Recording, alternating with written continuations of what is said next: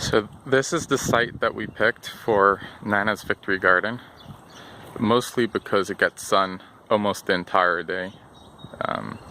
Sunrise was about half an hour ago, and you could see this section's already fully sun, and this one will be sunny and it drops. So we started a little dig over here and then decided that we were going to do a no dig, no till garden. So we're going to start on this side and work our way back.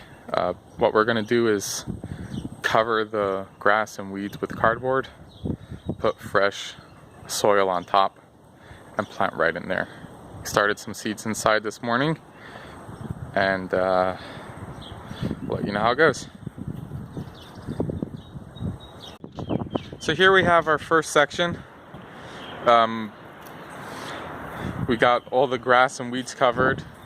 The wood is just there to hold down the cardboard for now until we get the dirt in, and also because the backyard slopes slightly towards the southwest of southeast in that corner.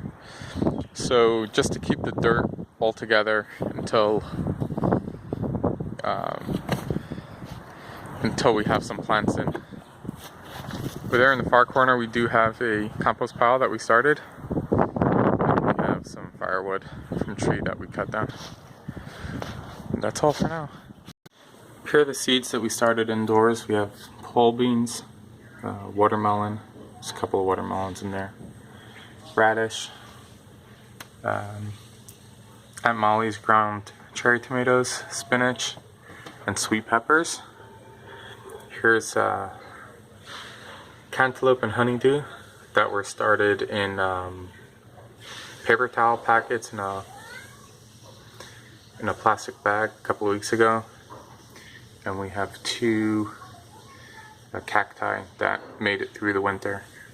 So hopefully we'll be able to take those outside once it warms up a little bit.